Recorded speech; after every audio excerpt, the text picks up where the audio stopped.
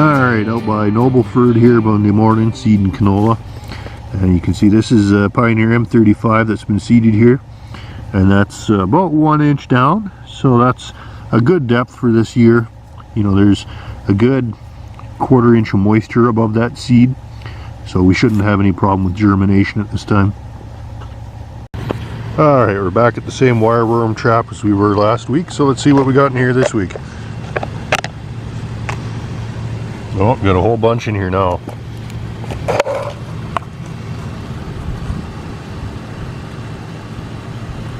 About 10 in there, so definitely an increase from the 2 last week.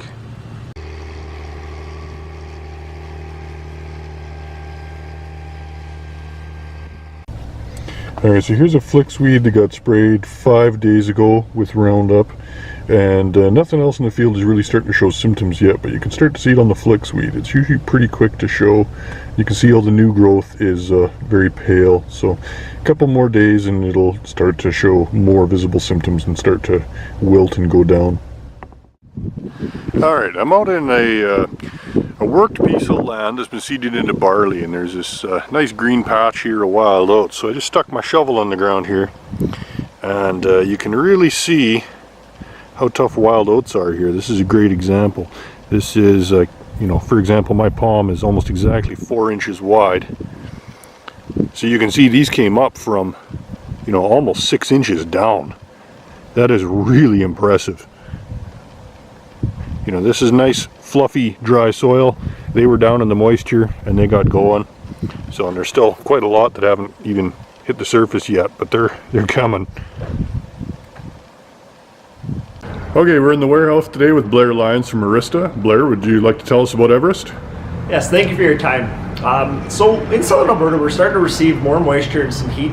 What this is doing is creating the wild oats to start emerging. We've experienced a slow start to the season with the weeds that are emerging in the field. Everest 3.0 gives you the option to go in early, clean up whatever wild oats are present in the field, Japanese brome, and some suppression of the downy brome that may be present at the time. Everest 3.0 also gives you 2 to 3 weeks of flushing control of the wild oats that are still to come. This is going to give your wheat a chance to get out and get ahead of everything else competition free. Everest 3.0 also has a large variety of broadleaf tank mix options. The only ones I would stay away from is anything with dicamba in it. Infinity and Infinity FX provide a lot of opportunity for problem weed control in your field. It has 4 different modes of action when mixed with Everest 3.0. It's going to give you an opportunity to control resistant kochia that could be out there, as well as a variety of other problem broadleaf weeds. Everest 3.0 is also a great mix with Pixaro. Both Pixaro and Infinity give a wide window of application in the field as well. Everest 3.0 on its own gives you a window of application of anywhere from 1 leaf to 4 leaf to tiller. And there's an opportunity to potentially go later if need be. This is one I would reach out to your retail or myself. Alright, here's my part-time summer student. Now let's see what they teach kids in school these days. Okay, Eric, what is this down here? I don't know. Are you sure? Yeah. You don't, what is that? What's the name for that? I don't know. What did they teach you kids in school these days? Yeah. Alright, I'm out here in a wheat field right now. The wheat is just emerging and there's this nice green patch of grass here. Just taking a look at it, it's quackgrass. And if you look, it's quite fuzzy down here. And we got a distinctive little auricle there. And when you dig these up with a shovel, it's really easy to identify for sure it's quackgrass because it's all coming up from this rhizome here. So underground creeping root, and it's all popping up.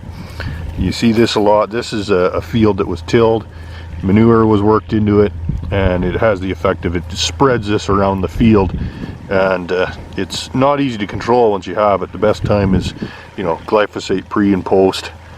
In crop it's going to be pretty difficult, but that's how you identify quackgrass. 100% you dig it up and you look for that rhizome, and that's what that is.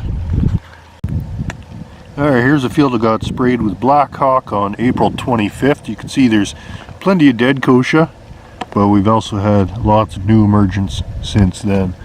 So this is red spring wheat, which is just coming up. This is kind of a salty spot here, but it is doing all right, so we'll definitely have to hit this with something good in crop to get this kochia under control. I was just mucking around in a cornfield that got seeded here on Friday near Lethbridge. It's just been irrigated, so it's pretty wet and mucky in there, but you can see the corn is sprouted and germinated. So I'm starting to reach for the surface already. That's pretty good. That was only seeded on the 10th, so that was 5 days ago. Alright, we're in a pea field right now, and this had Fortress fall applied here.